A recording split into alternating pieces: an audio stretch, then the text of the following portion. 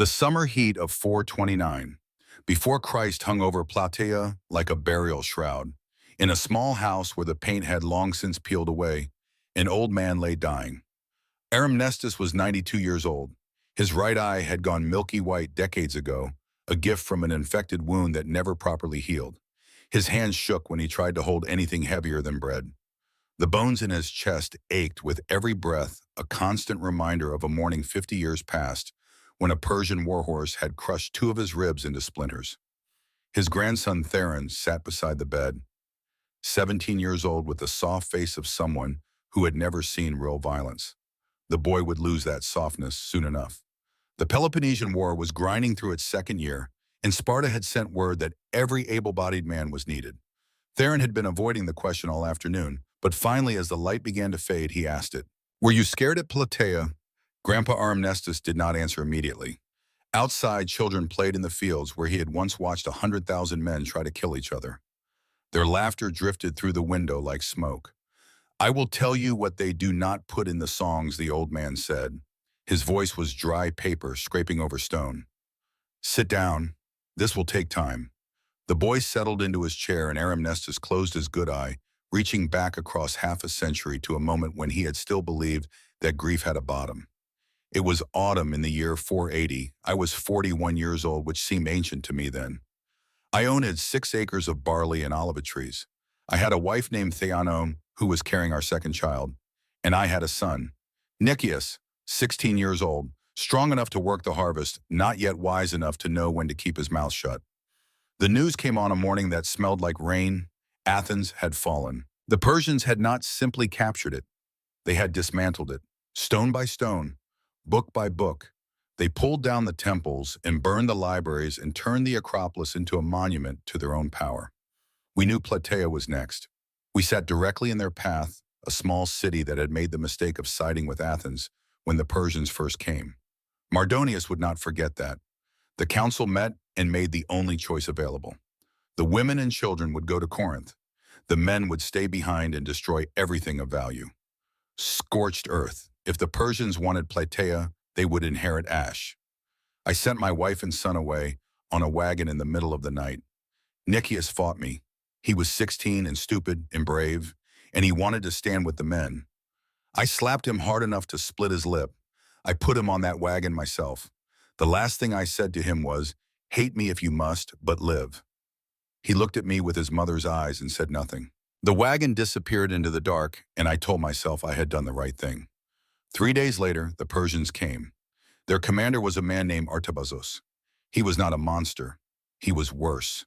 He was reasonable. He offered us terms. Surrender and Plataea would be spared. Resist, and every man would die. 50 of us, the old and the injured, walked out with our hands empty. We thought we were buying time for the younger men to escape into the mountains. 250 of them were hiding in the hills above the city, waiting for the Persians to move on. Artabazos took the 50 of us and lined us up in the town square. Then he sent men into the hills with a message for those hiding. "Come down or we start killing hostages." They hanged the first man when the sun was directly overhead. They made it slow. The young men came down from the hills one by one. They thought they were saving us. Artabazos had them killed immediately. All 250. Throats cut. Bodies left in the street. Then he turned to those of us who had surrendered first. He walked down the line, looked each man in the face and pointed. "Live. Die. Live. Die." When he reached me, he stopped. He studied my face for a long moment. Then he said, "You will live. I need someone to tell this story. I need the Greeks to know what happens when they resist." He had me hung upside down from a post and beaten with rods for 3 days. Not enough to kill, just enough to break. When they cut me down, I could not stand without help. They burned Plataea the next morning. Every building, every field. I watched the smoke rise and felt nothing at all. When they finally released me, I walked 40 kilometers south to Corinth. It took me 2 days. My ribs were cracked and every step was agony, but I kept moving because I needed to see my wife. I needed to hold my son. I needed to know that some part of my life had survived. I found the wagon on the side of the road 15 kilometers from Plataea. Bandits had hid it in the night. Common thieves, not even soldiers. Just men who saw a refugee cart and took what they wanted. My wife was dead. They had buried her in a shallow grave beside the road. A farmer told me she had fought them, tried to protect the boy. They killed her for it. Nicias was gone. The farmer said the bandits had dragged him away, probably to sell.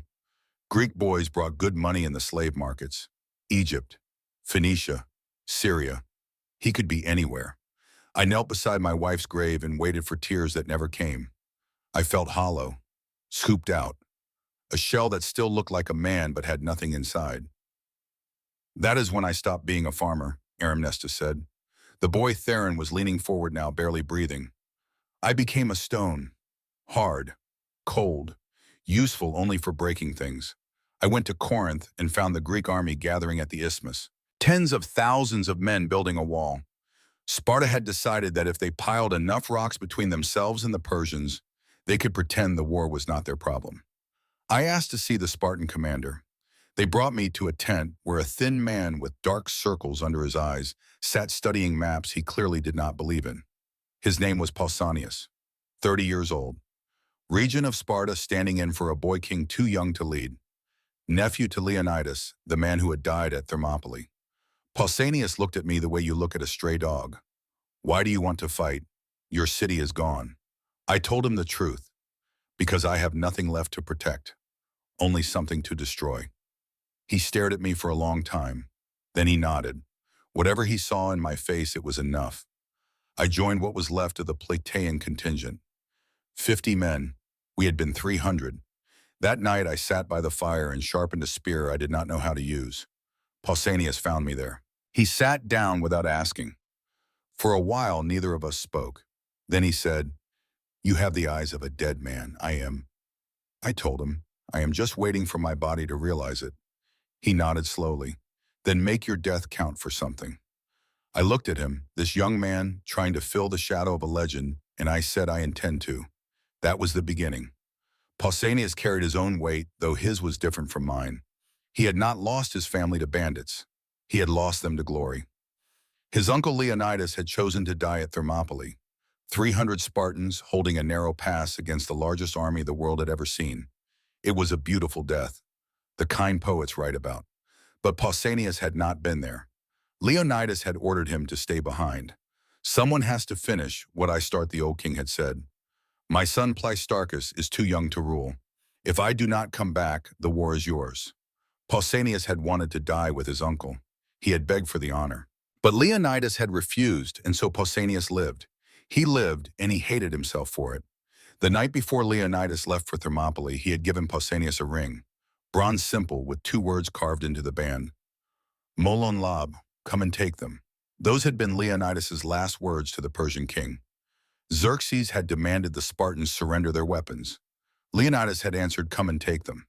Then he had died, and the Persians had taken everything. The pass, the road, Athens, the dream of a free Greece. Now Pausanias sat in a tent staring at maps while old men argued about walls. The Spartan council wanted to abandon northern Greece entirely, pull everyone south of the Isthmus of Corinth, and build a fortification so massive that no army could breach it. Let Athens burn. Let Boeotia fall. Sparta would survive behind its wall. Pausanias hated the plan, but he was 30 years old, unproven in battle, ruling in the name of a child. The council did not have to listen to him. Then Athens sent an ambassador. The man arrived in winter, half frozen, representing a city that no longer existed. He did not beg. He threatened. Mardonius has made us an offer, the Athenians said. Rebuild Athens, restore our democracy, rule over the other Greek cities as the favored ally of Persia. Pausanias stared at him. You would never betray Greece. The ambassador smiled, but it did not reach his eyes. I would betray the idea of Greece to save real Greeks. My people are sleeping on fishing boats. Their children are dying of disease. What has Sparta given us except this wall with us on the wrong side of it? If you do not march north, we will accept Persian terms. And when we do our fleet sails with them, you know our waters, you know our harbors, you know every weakness in your coastline. We will give Mardonius all of it. The room went silent. Pausanias looked down at the ring on his finger. Molon Lab, come and take them. His uncle had died standing in an open pass, daring the Persians to come. And now Pausanias was hiding behind a pile of rocks. He stood, addressed the council. If Athens joins Persia, their navy blockades us from the sea. Mardonius crushes us from the north. We will starve behind this wall we are so proud of. The elders argued. You would risk the last Spartan army for a city that has already burned. Pausanias met their eyes. If Sparta hides while Athens chooses slavery, then Leonidas died for nothing. And history will say that 300 Spartans delayed the inevitable. The vote was close, but in the end shame won over caution. Sparta would march. 10,000 men, the largest army Sparta had ever fielded. Every full citizen warrior and thousands of perioikoi and helots besides. They stripped the city of its defenders and bet everything on a single campaign. When the order went out, I felt nothing. No relief, no hope. Just a dull certainty that I was finally going to die and that it would happen far from home. We marched north in June of 479. The summer heat was already brutal. Men carried 60 pounds of equipment and walked 20 miles a day. We crossed the isthmus and entered Boeotia, and with every step the weight of what we were doing settled onto us like a second skin. This was not a raid. This was not a rescue. This was the entire future of Greece walking into the open and daring Persia to kill it.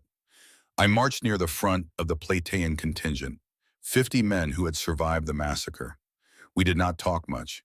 There was nothing to say. One night, Pausanias found me again. We sat by the fire and he asked, "Why did you volunteer for the rearguard duty when we scouted the hills?" "Because I am already dead," I told him. He looked at me for a long time. "Then why does your hand shake when you sharpen your spear?" I looked down. My hand was trembling. I had not noticed. I did not answer him. I could not.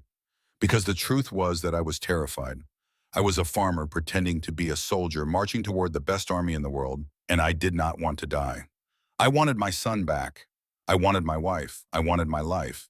But wanting does not bring back the dead. So I sharpened my spear and I followed Pausanias north, and I told myself that when the time came I would be brave. We reached Plataea in early July. The plains stretched out before us wide and flat and perfect for cavalry. The Asopus River cut through the middle, and on the far side the Persian army waited. I had never seen so many men in one place. Their camp went on forever. Tents, horse, supply wagons, smoke from 10,000 cooking fires. It looked like a city that had learned to move. Pausanias chose high ground south of the river. Defensible, hard for cavalry to charge uphill, it was the smart choice. But it also meant we were not attacking. We were waiting. The Persians waited too. For days, the two armies stared at each other across the water. Occasionally, small skirmishes broke out. A few men would die. Then silence would return. On the third day, the Persians sent a messenger. He rode across the river under a white flag and delivered a message directly to Pausanias. Mardonius challenges you to single combat, one man against another. The winner takes Greece. Pausanias wanted to accept. I saw it in his face. This was his chance to step out of his uncle's shadow, to prove himself in the oldest, most honorable way. But the Spartan elders forbade it. A regent does not risk himself in personal combat. Too much depends on his survival. Pausanias obeyed, but I saw something break in him that day. He had wanted to be Leonidas. The system would not let him. On the 8th day, the water ran out. We had one source, a spring called Gargaphia, a small flow of clean water that fed the entire Greek army. Tens of thousands of men depended on it. The Persians found it. Their cavalry attacked anyone who tried to approach. Men went to fill their water skins and came back with arrows in their necks. Others did not come back at all. By the 9th day, soldiers were drinking their own urine. Horses were dying. The allied contingents began to fracture. Corinth threatened to withdraw. Megara accused Sparta of leading them into a trap. Pausanias called for volunteers to retake the spring. I stepped forward. So did 29 others. We went at night, crawling through the dark trying to reach the water without being seen. The Persians were waiting. They had posted sentries. We got within 50 yards before they spotted us. I remember the sound of bowstrings, the hiss of arrows cutting air. Men screaming. I took an arrow through the shoulder. It punched clean through and stuck out my back. I kept crawling, reached the spring, filled one water skin before a horse nearly trampled me. Of the 30 men who went out, 20 died. The rest of us dragged ourselves back to camp bleeding and empty-handed. Pausanias pulled the arrow out of my shoulder himself. No anesthetic, just a leather strap to bite down on and his hand on my chest to keep me still. When it was over, he asked me the same question. Why volunteer for something you knew was suicide? I told you, I am already dead. Then why does your hand shake? I had no answer. That night, the Council of War met. The situation was clear. No water, dwindling food. The Persians were not going to attack. They were going to wait until we collapsed from the inside. The only option was to retreat, pull back to Plataea itself where there were wells. Regroup, try again. It was the smart move, the safe move. It felt like surrender. Pausanias gave the order. We move tonight under cover of darkness. The Allied contingents go first. Sparta and Tegea hold the rear. He pulled me aside. I need you to take 200 men and stay behind. Keep the fires burning.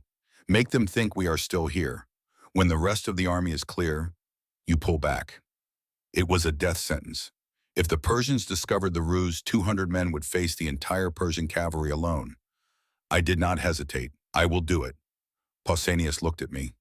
You do not have to die tonight. Yes, I do. I should have died with my son.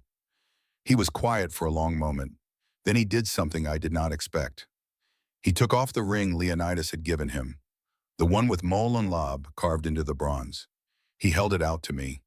Then die for him, not for your grief. Bring this back to me at dawn. I took the ring.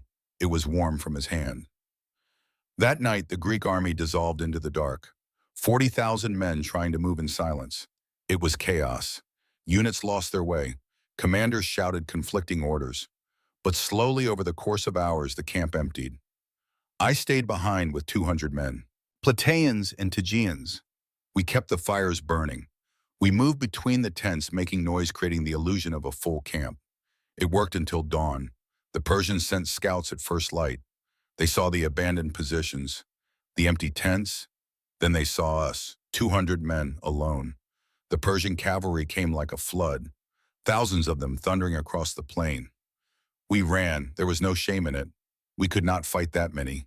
We just had to reach Plataea before they caught us. I ran with a broken rib from the arrow wound. Every step felt like a knife in my side. Men around me fell. Horses ran them down. Lances took them through the back. We lost half our number in the first mile. A horse caught up to me. I felt the impact before I heard it. A hoof to my lower back. Something snapped. I went down hard, face first into the dirt. I could not breathe, could not move. A Tegean named Cleomenes grabbed me by the arm and dragged me. Just dragged me through the dust while arrows fell around us like rain. We made it to Plataea, 80 men out of 200. I lay on the ground, gasping, ribs screaming. I opened my fist. The ring was still there, covered in blood and dirt, but whole. Pausanias found me an hour later. The Greek army was in chaos, units scattered, morale shattered. The Allied commanders were screaming at each other, blaming Pausanias for the disaster. He knelt beside me, said nothing, just took the ring back and slid it onto his finger. That night I could not sleep. The pain in my ribs was too much. I lay on my back, staring at the stars, wondering if my son was looking at the same sky. I heard voices from Pausanias' tent, angry voices. The alliance was falling apart. I got up slowly and limped to his tent. He was alone, sitting on the ground. His uncle's sword lay across his lap. The blade was bare. I knew what he was thinking. Sparta had a tradition. When a commander failed, he did not wait for a trial. He took his own life and spared his city the shame. I walked in without asking permission. He looked up. His eyes were red. I held out my hand. If you die, who finishes this? Someone better than me. There is no one better. There is only you. And you owe Leonidas a victory, not another corpse. What if I cannot win, then we die trying. But we died together, not like cowards in a tent. He stared at me for a long time. Then he set the sword aside. We sat across from each other and we talked. Not about strategy, not about the Persians. We talked about the things we had lost. He told me about Leonidas, about the weight of living in that shadow, about the impossible standard he could never meet. I told him about Nicias, About the last time I saw my son, the hatred in his eyes when I forced him onto that wagon. We talked until the sun came up. Somewhere in those hours, we made a pact. If I die tomorrow, Pausanias said, you take command. I am a farmer with a broken rib. You are a man with nothing to lose. That is more dangerous than any general. I nodded. Then if you live, you find my son. He looked at me, held out his hand. I swear it. We shook. His hand was still bloody from pulling men out of the retreat. My hand was bloody from the ribs. Blood pact. That night we became brothers, not by birth, but by the knowledge that we were both already dead, and the war was just the paperwork. The next morning, scouts reported that the Persian army was moving. Mardonius had seen the Greek retreat and smelled blood. He was coming to finish it. Pausanias stood before what remained of the Greek army, battered, exhausted, frightened. He did not give a speech. He just said 4 words. We fight here. Today. Then he turned to me, nodded once. I nodded back. We took our positions on the low ridge near the Temple of Demeter. 15,000 Spartans and Tegeans on the right, Athens and the allies on the left. The Persians came across the river like a storm. The morning of the 23rd day of July 479, before Christ broke hot and still. No wind. The air felt like it was holding its breath. The Greek army stood on the low ridge south of Plataea. 15,000 Spartans and Tegeans on the right flank. 30,000 Athenians and allied troops on the left. Between them, a thin center of smaller contingents. All told, perhaps 110,000 men. Across the Asopus River, the Persian force waited. How many, no one could say for certain. Herodotus would later claim 300,000. The truth was probably closer to 100,000. But numbers lose meaning when you are staring at an army that stretches to the horizon in every direction. Armnestus stood in the third rank of the Plataean formation. 50 men, all that remained of a city. His ribs ached with every breath, the broken bones grinding together. The arrow wound in his shoulder had scabbed over, but the scab kept cracking when he moved his arm. He held his spear in both hands and waited. Pausanias walked the Spartan line. He did not shout encouragement. He did not need to. Every man there knew what was at stake. When he passed Armnestus, their eyes met. Pausanias touched the ring on his finger. Molon Lab. Armnestus nodded. Then the Persians moved. They did not charge. Not at first. They sent their archers forward. 20,000 men, each carrying a bow taller than a man and a quiver of 30 arrows. The Greeks had faced Persian archers before. At Marathon, at Thermopylae. They knew what was coming. It did not make it easier. The first volley rose into the sky like a flock of birds taking flight. For a moment, the arrows were beautiful, a dark cloud against the pale morning sky. Then they fell. The sound was like hail on a tin roof. Thousands of impacts. Wood on bronze, iron on flesh. Men screamed, shields splintered. The Spartans locked their shields together, forming a roof of bronze and wood. The testudo. Arrows hammered into it, some punching through, most deflecting. Armnestus crouched beneath his shield. An arrow slammed into the wood an inch from his face. The tip broke through, stopping just short of his eye. The volleys came in waves. 20 seconds of screaming metal. 10 seconds of silence. Then another wave. Men began to fall. A Tegean 2 ranks ahead took an arrow through the neck. He made a wet choking sound and collapsed. The man behind him stepped into his place without hesitation. This was what Sparta trained for. Not glory. Endurance. Pausanias stood at the front of the formation, fully exposed. Arrows fell around him like rain. One grazed his helmet, another slammed into his shield. One found his shoulder. It punched through the bronze at an angle, burying itself in the muscle just below his collarbone. Pausanias grunted, but did not fall. He reached up, gripped the shaft, and tried to pull it free. It would not move. The head was barbed. He left it there. Kept his shield raised, kept his position. Blood ran down his arms, soaking into his red cloak until you could not tell where the fabric ended and the wound began. The archers kept firing. Beside Pausanias, a priest named Tisamenus knelt with a knife and a goat. Spartan law was absolute. You did not attack without favorable omens. The gods had to grant permission. Tisamenus cut the goat's throat, pulled it open, examined the liver. Unfavorable. He killed a second goat. The liver was dark, mottled with black spots. Unfavorable. A third, a fourth, a fifth, all unfavorable. Men were dying, arrows kept falling. The Persian archers were not going to stop. They had enough ammunition to blot out the sun for hours. Pausanias stood there, blood pouring from his shoulder, watching his men die and waited for the gods to change their minds. A young Spartan no more than 20 broke. He stepped out of formation, threw down his shield, and screamed at Pausanias. "The gods have abandoned us. Let us fight." An older man grabbed him, pulled him back into line, hissed something in his ear. The boy stayed, but his hands shook. Tisamenus killed a sixth goat, a seventh, still unfavorable. Armnestus watched this and felt a strange calm settle over him. He was going to die here, on this ridge, under a rain of arrows, without ever swinging his spear. It seemed fitting, pointless and fitting. Then Pausanias did something no Spartan commander had ever done. He stepped forward, pulled the arrow out of his own shoulder with one brutal yank. Blood sprayed. He did not make a sound. He turned to face the army, raised the bloody arrow above his head. "The gods did not abandon us," he shouted. His voice carried across the ridge. "We abandoned ourselves when we built that wall at Corinth. We chose safety over honor. We chose survival over duty." Leonidas did not wait for omens at Thermopylae. He walked into that pass knowing he would die, and he dared the Persians to stop him.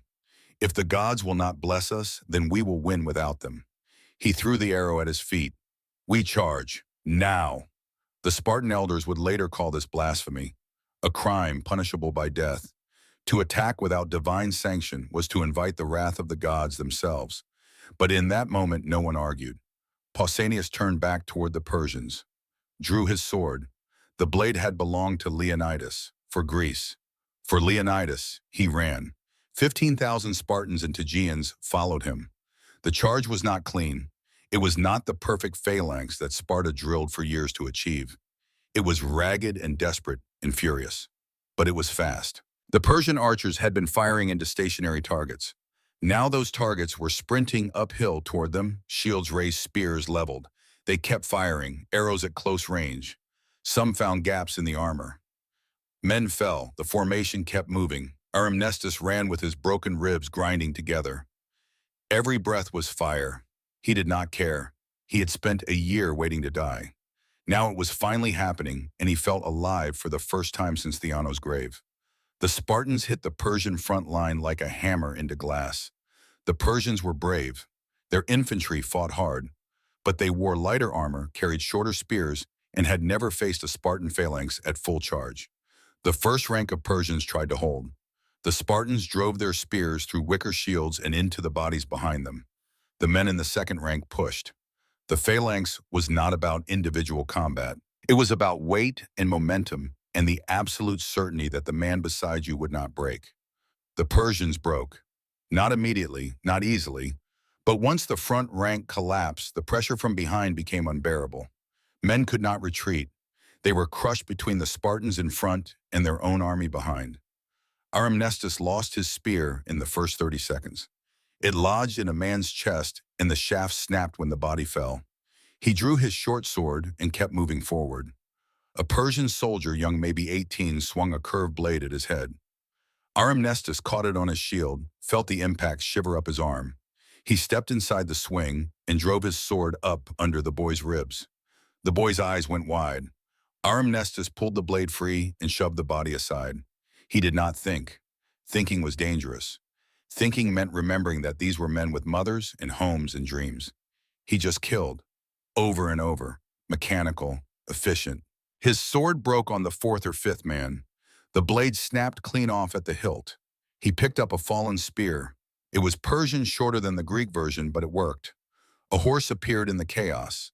A Persian cavalryman trying to break through the infantry melee. The rider leaned down, swinging a long lance. Armnestus ducked, grabbed the lance shaft, pulled. The rider came off the horse and hit the ground hard. Before he could rise, a Tegean crushed his skull with the butt of a spear. The fighting collapsed into a single screaming blur. Bronze and iron and blood. The smell of split bowels and open veins. Men slipping on entrails and getting trampled by their own side. Pausanias fought at the front. He had no spear left, no sword. He was using his hands. Armnestus saw him punch a Persian soldier in the throat with the edge of his shield collapsing the windpipe, saw him grab another man by the hair and smash his face into his knee until the nose caved in. This was not the clean, heroic combat of the poets. This was ugly and brutal and personal. The Spartans were winning. The Persian infantry was falling back step by step, leaving their dead in piles. Then Mardonius arrived. He came on horseback, a white stallion draped in cloth of gold. He wore armor that gleamed even under the dust and blood. 1,000 of his personal guards surrounded him, the immortals, the finest soldiers Persia had ever produced. Mardonius was 48 years old, a veteran of a dozen campaigns.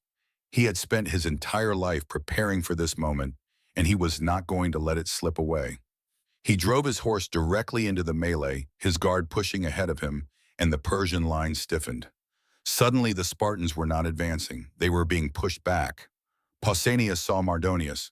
Their eyes met across 50 yards of blood-soaked ground. Pausanias tried to reach him, fought his way forward, step by step. But there were too many men in the way, too many bodies, too much chaos. He could not get close. Armnestus was 30 yards to the left, caught in a knot of struggling men. His ribs were on fire. He had lost his spear again, lost his sword, lost his shield. He was fighting with his hands, grappling with a Persian soldier who was trying to choke him. Armnestus got his thumbs into the man's eyes and pressed until something gave. The soldier screamed and let go. Armnestus shoved him away and looked up. Through the mass of soldiers, he saw Mardonius. The Persian general was shouting orders, directing the counterattack. His presence was electric. Men rallied around him. Armnestus thought of Artabazos, the man who had destroyed Plataea, the man who had hanged his neighbors and burned his city. Artabazos served Mardonius. This was the man who had given the order. This was the man who had killed Theano, who had sent Nicias into slavery. Armnestus had no weapon. He looked down. At his feet, among the bodies and broken shields, was a stone. It was the size of his fist. Old stone from the foundation of the temple that the Persians had destroyed the year before. He picked it up. The weight felt right in his hand. He remembered Nicias at 6 years old learning to throw stones at birds in the field. Armnestus had taught him. Breathe out, he had said. Throw on empty lungs. The stone flies true when you let go of everything. Armnestus looked at Mardonius. The general was 30 yards away. Too far for a sword, too far for a spear, not too far for a stone. He did not aim for the man, he aimed for the horse. He breathed out, let go of everything, and threw. The stone flew in a lazy arc. It tumbled through the air, spinning. Mardonius never saw it. The stone hit the horse's front left knee. The impact was not dramatic. No explosion of blood, just a sharp crack as the joint shattered. The horse screamed. Its front legs buckled. It pitched forward. Mardonius flew over the horse's head and slammed face first into the rocky ground. His helmet came off. His head hit a stone embedded in the earth. There was a sound like a clay pot breaking. The immortals rushed to him, tried to drag him back, tried to cover his body, but the Spartans were faster. Pausanias reached him first. Mardonius was still alive. Barely. Blood poured from his ears. His eyes were open but unfocused. Pausanias drove his spear through Mardonius's chest, straight through the heart. The Persian general died without a sound. For a moment, the battle seemed to freeze. The immortals stared at their commander's body. The Persians farther back saw the golden armor on the ground and understood. Mardonius was dead. The rout began in the center and spread outward like fire through dry grass. Men who had been fighting moments before turned and ran. The Persians had no second in command, no one to take over. Artabazos, the next highest-ranking officer, made a decision in seconds. He was not going to die for a lost cause. He took 40,000 men and fled north. Just abandoned the field entirely. The remaining 60,000 tried to reach the wooden fortification the Persians had built beside the river. The Spartans chased them. It was not a battle anymore. It was a slaughter. Men threw down their weapons and ran. The Spartans cut them down from behind.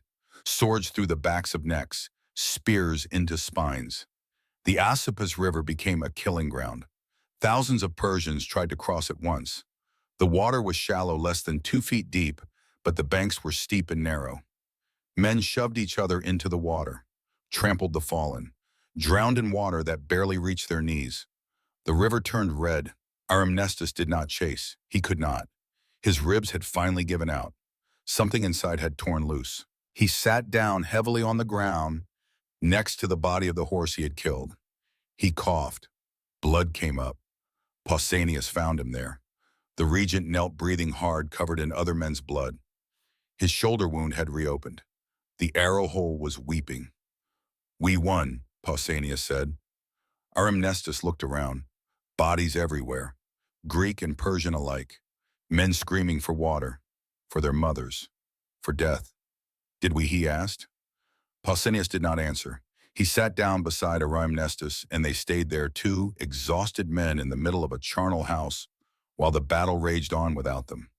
The Persian fortification fell in the late afternoon. 40,000 men had barricaded themselves inside a wooden stockade built from the timbers of Greek homes they had torn down. The Spartans surrounded it but could not break through. Siege warfare was not their strength. The Athenians arrived and took over. They had experience breaking walls. They used axes and improvised rams in sheer bloody-minded determination. A young Athenian named Aristides was the first over the wall. He took 5 arrows and died before his feet touched the ground on the other side. The second man over survived long enough to open the gate. The Greeks poured in. What happened inside the fortification was not a battle, it was an execution.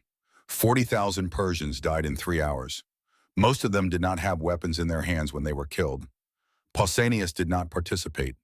He stood outside leaning against a tree, listening to the screams. When it was over, the field went quiet. 100,000 Persian soldiers had entered the battle. Fewer than 50,000 left it alive. The Greek losses were around 1,500. It should have felt like victory. Pausanias walked the battlefield the next day, stepping over bodies, watching crows pick at the dead. He found a young Persian soldier, maybe 20 years old, lying face down in the dirt. The boy had died clutching a piece of papyrus. Pausanias turned him over, unfolded the paper. It was a letter, written in Persian script. Pausanias found a translator. The letter was from the boy's mother. "Beloved son," it read, "we pray for your victory and safe return. Your sister is to be married in the spring. Do not miss the wedding." Pausanias let the letter fall. He walked 10 steps, then he bent over and vomited. A Spartan officer approached. "General, are you unwell?" Pausanias wiped his mouth. "Leave me." The man left. Pausanias stood alone among the dead and tried to remember why any of this had mattered. Aramnestus spent the next 3 days searching. His ribs were bandaged. He could barely walk. But he went through the battlefield anyway, looking at faces. The Greeks had taken thousands of prisoners, camp followers, servants, slaves. Aramnestus checked every face, looking for a boy who would be 17 now, who might have his mother's eyes. He found 2,000 captives. None of them were Nicias. On the 3rd day, he found an old Persian slave, a Greek who had been captured at Marathon 15 years earlier. Aramnestus asked him about the slave trade, about Greek boys sold into bondage. The old man shook his head. "Persian slavers sell Greek boys to Egypt, to Phoenicia, to Arabia. They do not keep records. Your son could be anywhere. He could be dead." Aramnestus stood very still for a long moment. Then he knelt in the dirt and cried. He had not cried when Theano died, had not cried when Plataea burned, had not cried when the Persians beat him. But now, surrounded by the bodies of 100,000 men, he broke. Pausanias found him there an hour later. He did not say anything. He just sat down in the dirt beside Aramnestus and put a hand on his shoulder. They sat there until the sun went down. On the 1st day of August, the Greek alliance gathered to divide the spoils. There were mountains of treasure, Persian gold and silver, silk, horses, weapons, enough wealth to rebuild every city the war had destroyed. Pausanias ordered 10% set aside for the gods. The rest was divided equally among the cities. The Greeks held a ceremony. Pausanias was awarded a golden laurel crown and the title Soter, Savior. Aramnestus was given the golden armor that Mardonius had worn.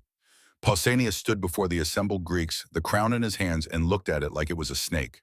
Leonidas would have laughed at this, he said quietly. Aramnestus stood beside him holding the armor and said nothing. "What do we do now?" Pausanias asked. Aramnestus looked at the battlefield, at the men already beginning to bury the dead. "We live," he said, "because we promised them we would." In the small house in Plataea, the old man's breathing had grown shallow. Theron leaned forward. Grandpa Aramnestus opened his good eye. The milky one stayed shut, a permanent reminder of the infection that had followed the arrow wound at Plataea. I am still here, boy. Be patient. You said you would tell me what happened after. After the battle. Aramnestus was quiet for a long moment. When he spoke again, his voice was softer. After is the part they never put in the songs. We won at Plataea. That much is true. We shattered the Persian army. We drove them out of Greece. We saved Western civilization, or so the poets tell it. But the cost. He coughed. Theron helped him drink water. Pausanias became a hero. Sparta gave him honors. Athens erected statues. Other cities sent delegations to thank him. And it destroyed him. Fame is a poison, boy. It gets into your blood and it changes you. Pausanias had spent his whole life in Leonidas' shadow, and suddenly he was the legend. He was the man who saved Greece. He started to believe it. Within a year, he was making decisions that would have horrified the man I knew. He began negotiating with Persia in secret, trying to broker a personal alliance, offering to betray to Sparta in exchange for power. I do not know if he was serious or if he was just testing boundaries, but the Spartans found out. In 470, 21 years after Plataea, they accused him of treason. He fled to the temple of Athena and claimed sanctuary. The Spartans did not break sanctuary. They did not need to. They simply sealed the doors and windows. Pausanias starved to death inside that temple. It took 10 days. I visited him the day before they sealed it. He was thin, hollow-eyed. The laurel crown was long gone. He looked like the man I had met in the tent at Corinth, the one who had been ready to fall on his sword. He gave me back Leonidas' ring. I finally understand what my uncle meant, he said. Molon, Labe, come and take them. It was not about the Persians. It was about holding on to who you are, not letting the world strip you down to nothing. He smiled. It was the saddest thing I ever saw. I could not hold on, he said. They sealed the temple the next morning. I stayed outside for all 10 days listening. On the 8th day, the sound stopped. Aramnestus held up his hand. The bronze ring gleamed dully in the afternoon light. He slid it off his finger slowly and held it out to Theron. This belonged to a king. It was worn by a regent. It was kept by a farmer. Now it is yours. Theron took the ring with trembling hands. Grandpa, what does Malon Lab mean, come and take them? But it means more than that. It means there are things worth dying for. But there are more things worth living for. Do not confuse them, boy. Your war is coming. The Peloponnesian War will take more than it gives. When you are in the middle of it, when the blood is running and the men around you are screaming, remember that victory is not the same as being right. And being right is not the same as being whole. Theron's eyes were wet. Did you ever find him? Uncle Nikias Aramnestus closed his good eye.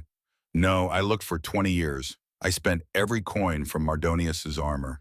I traveled to Egypt, to Phoenicia, to Syria.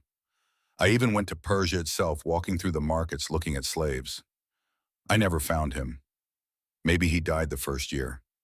Maybe he lived to be old. I will never know. And that is the weight I carried.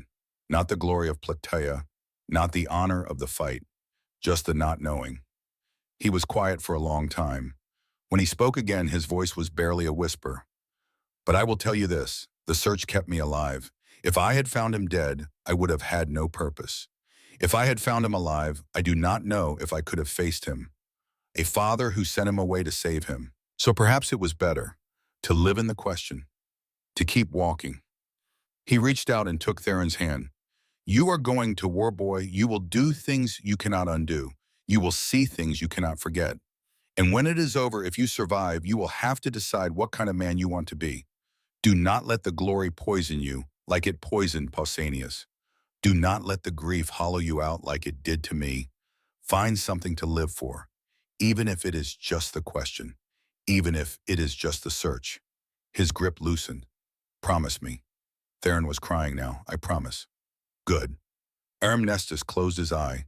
He died that night in his sleep, his hand still holding his grandson's. The next morning, Theron stood at the window, the ring on his finger, and looked out at Plataea. The city had been rebuilt. White houses with red tile roofs, olive groves, fields of barley swaying in the summer wind. children playing in the streets. You could not tell that 50 years ago 100,000 men had killed each other here.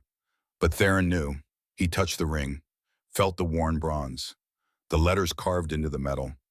Molon Lab. He thought about his grandfather searching for 20 years, about Pausanias starving in a temple, about all the men who had died so that Theron could stand here alive, free and whole. He thought about the war waiting for him, and he made a decision. He would go. He would fight. But he would not let it consume him. He would remember that the stone his grandfather threw had killed a horse, not a man. That the victory had been built on grief and luck and the willingness of broken men to stand one more time. He would remember that Molon Lab did not mean never surrender. It meant never lose yourself. Theron left the house and walked into Plataea. The morning was bright. Merchants were opening their stalls. A woman sang to her baby. Somewhere a dog barked. Life. Simple. Ordinary. Precious. He walked to the field where the battle had been fought. It was farmland now. A man was plowing, turning the earth, preparing for the autumn planting. Theron stood at the edge of the field and watched. The plow turned up a stone. It was old, smooth, the size of a fist. The farmer picked it up, looked at it, and tossed it aside. It landed in the grass and disappeared. Theron stared at the spot where it had fallen. Somewhere under this field were the bones of 100,000 men. Somewhere in this dirt was the blood of Pausanias and Avenged and all the others who had stood here when the world was ending. And now children played here. Theron turned and walked back to town. He did not look for the stone. It had done its work. It could rest now. 50 years later, when Theron was an old man himself, his own grandson would ask him about the ring. And Theron would take it off and hold it up to the light and say the same thing Avenged had said. This belonged to a king. It was worn by a regent. It was kept by a farmer. It was carried by a soldier. Now it is yours. And the boy would ask, what does it mean? Theron would smile. It means we are still here. The stone broke an empire. But the men who threw it were already broken. They did not fight for glory. They fought because they had nothing left to lose, and that made them dangerous. But after the battle, they had to learn to live again. Some never did. Some found new purpose. Some just kept walking, searching for something they would never find. The ring is a reminder, not a victory, of the Pastoa. Wear it, remember it. And when your war comes, do not let it take more than you can afford to give. The boy would nod, not fully understanding. But he would wear the ring, and the story would continue. In the field outside Plataea, the stone lay buried under 3 feet of earth. Farmers plowed over it every spring. Children played above it every summer. It had no marker, no monument. No one remembered it was there. But it had changed the world. A single stone, thrown by a farmer, killing a horse. And because of that throw, the Persian Empire never returned to Greece. Athens rebuilt. Sparta endured. Western philosophy, democracy, mathematics, theater, all of it had the space to grow. Because one broken man refused to die quietly. Avenged never saw himself as a hero. He was just a father looking for his son. A man trying to make sense of a world that had taken everything from him. But in the moment when it mattered most, he picked up a stone, and he threw it. Not at a man, at a horse. And the horse fell, and the man fell, and the empire fell, and Greece survived. Not because of ghouls or fate or destiny, because a farmer from a destroyed city had nothing left to lose, and that made him the most dangerous man on the battlefield. The poets would write about Leonidas, about the 300 at Thermopylae, about glory and sacrifice and beautiful deaths. But Avenged knew the truth. Thermopylae bought time. Plataea won the war. And the man who struck the killing blow never wanted to be there in the first place. He just wanted his son back. He never got him. But he kept searching. And maybe that is the real heroism. Not the glorious death, not the desperate charge, not even the impossible victory. Just the willingness to keep walking, to keep searching, to hold on to who you are when the world is trying to strip you down to nothing. Molon Lab, come and take them. Pausanias could not hold on. The fame took him. The glory poisoned him. Avenged held on, barely, by his fingernails. And when he finally let go, 92 years old and blind in one eye, he passed the ring to his grandson and told him the one thing that mattered. Do not let the war take more than you can afford to give. The ring still exists. Somewhere in Greece, in a museum or a private collection, there is a bronze ring with two words carved into it. Molon Lab. Most people who see it think of Leonidas, of Thermopylae, of the Last Stand. They do not think of Pausanias starving in a temple. They do not think of Eremnestus searching slave markets for 20 years. They do not think of the stone. But the stone is still there, under a field in Plataea, covered in dirt and roots and time. It is not marked, it is not remembered, but it won a war, and maybe that is enough. The old man is gone now. His grandson is gone. The grandson's grandson is gone. But the story remains. And the ring and the stone, buried, forgotten, waiting for someone else to pick it up, for someone else to throw it, for someone else to change the world. Not because they wanted to, but because they had nothing left to lose. And that made all the difference.